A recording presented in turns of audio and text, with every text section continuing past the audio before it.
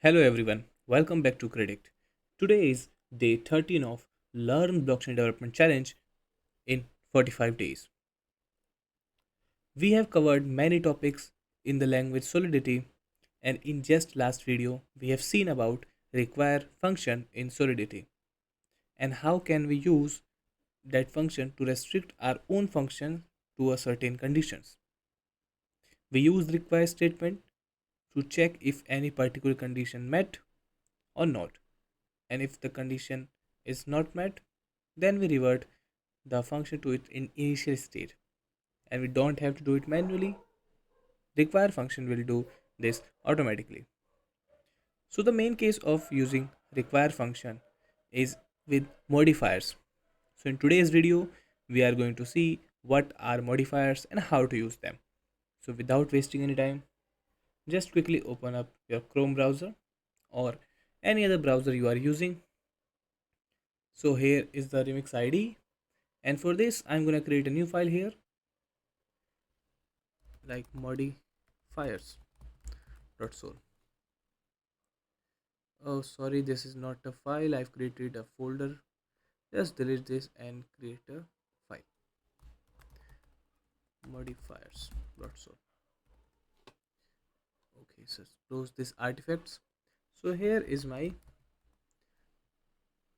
solidity file. Just quickly mention the compiler version we are going to use and write here contract and modifiers. So this is my contract in which we are going to write our modifiers and the examples related to it. First of all, let me quickly revise you about require. For example, we have a number int num. Just make this public and assign it to 0, and here we have a function take action. Just call it whatever you want, take action, and this takes no argument, or you can say let take argument to check the condition. I'm gonna take n, which is the public function, and it returns bool. And what we do, we are just gonna add n to num and initialize bracket to num, and just put the semicolon here and returns true. Just return true. Okay, so in this situation we want to n is a even number, so we'll use require n modulo 2 gives 0, else return the error not even number. So we have seen this example in previous video in which we take a argument from function and check if any particular condition met or not. So if the given number is even, then we will proceed further, else we will revert the function with an error message of not even number. So just quickly check this. I'm gonna select modifier function here, click on deploy, open this up, and first just check the value of num, which is 0 by default, and just pass here 4, which is an even number. And now you can check the value is initialized successfully. But if I want to pass any odd number, you can say the function is reverted with the message not even number, and it's not incremented the original number with any value. So this is how we can achieve this functionality by directly using require function in our user defined function. But in a scenario where we want this functionality in many of the functions, for example, generally in blockchain and smart contracts we have owners and admins, and we want some function to only executed by admins or owners. So in that case we generally create a modifier and assign that to each function, and that modifier automatically checks for the condition mentioned in it. That's why it names as modifier. And even you can write any other code, just not a require statement, but generally these modifiers are used for requiring statements. So just recreate this example using modifiers. So quickly I'm going to write here To write a modifier, you have to first write modifier, the keyword, the name of modifier. I'm going to name it as only even, and this take also an argument of integer n, and open and closing braces. So this is how a modifier looks like. This is similar as function in terms of appearance, but it has a keyword modifier here, and this returns generally nothing. And here we can write require n modulo 2 gives 0 else not even number. So you can see we have just written the same line here, put the semicolon, but modifier needs a special thing to regard it as modifier. For that, while declaring modifier, in the last line always put a underscore and then the line breaker of semicolon.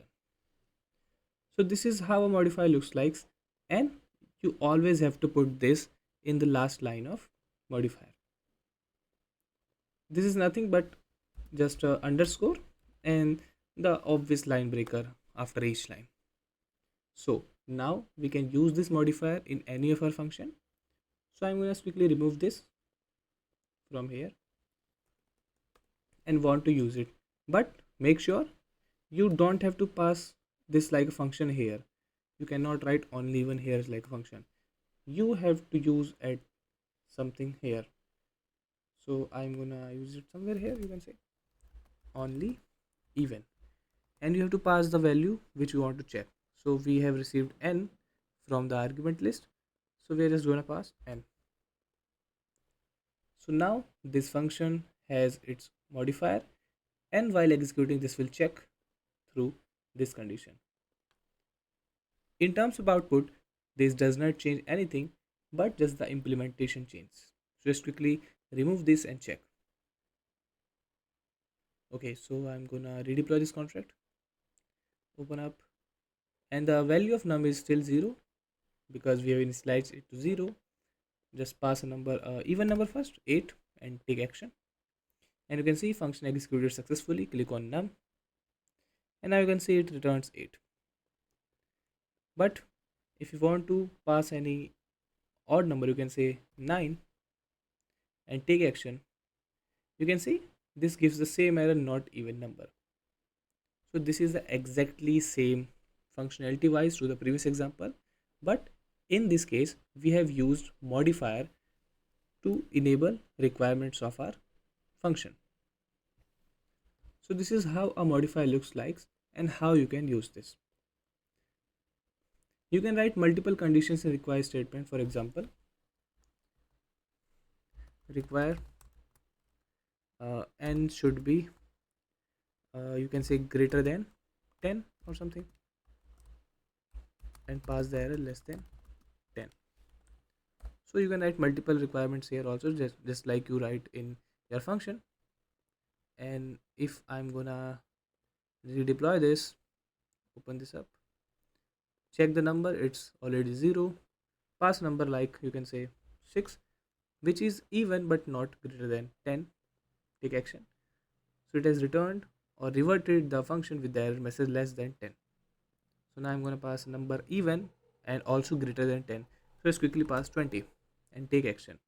Now you can see function executed successfully, and if you check num, it assigned to 20. And if you rerun this with any valid number, for example 44, take action, num, and it's 44 plus 20 is 64. So our function and modifiers are working perfectly. So this is how you can use modifiers. You can create multiple modifiers if you want for different functions. For example, in a function, I want to multiply this number. I'm going to say multiply num, which takes the argument like n also. Public returns, you can say bool or just return nothing. It's not a problem at all. And we are going to just num multiply equal to n. But we also want some certain conditions for this n, so we are just going to create another modifier here, modifier This will check only odd. You can also reverse the above modifier, but here we'll create a separate one for better understanding, which checks okay, and modulo 2 does not equal to 0. This checks for odd numbers, not odd number. And as I mentioned earlier, you have to write underscore and the line breaker to finalize the modifier.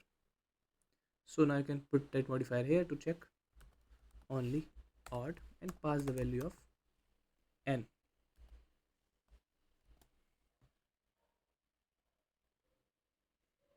And just put a space here. So we have created our function multiply num and also created a modifier for this which checks for only odd numbers, and we have passed here. So just quickly redeploy this contract, remove this and click on deploy.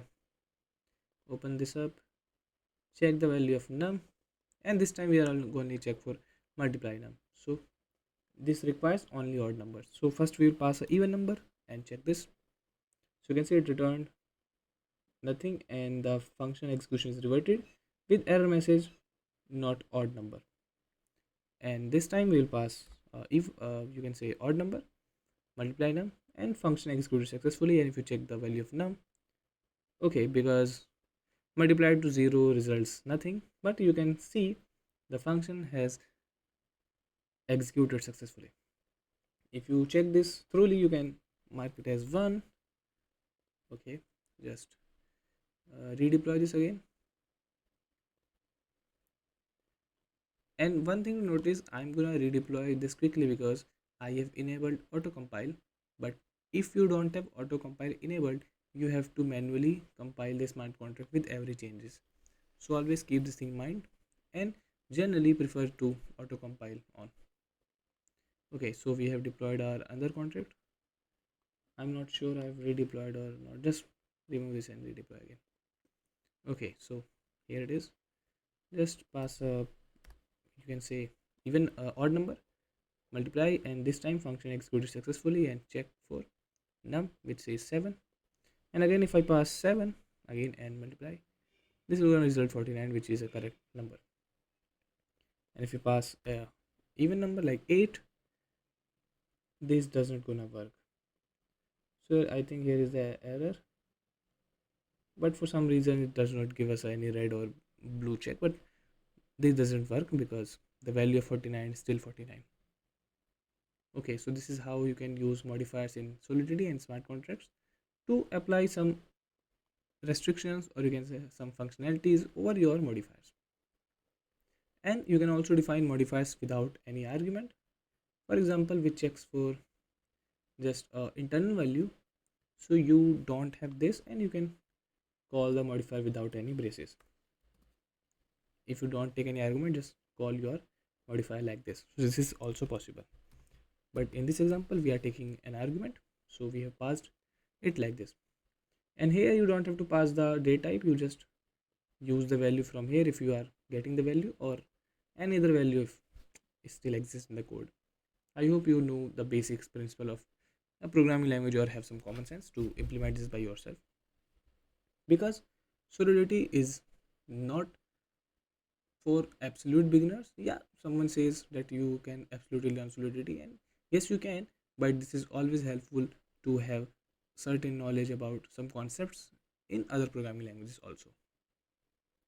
So this is all from me, and I hope you have a fundamental understanding about modifiers in Solidity, and try these all concepts by yourself and check the playlist completely, and you will find a lot of value from there, and follow the series till the end. So this is all for today. This is day 13 of 45-day learn blockchain development challenge with Kredict, and I will see you in next day on tomorrow.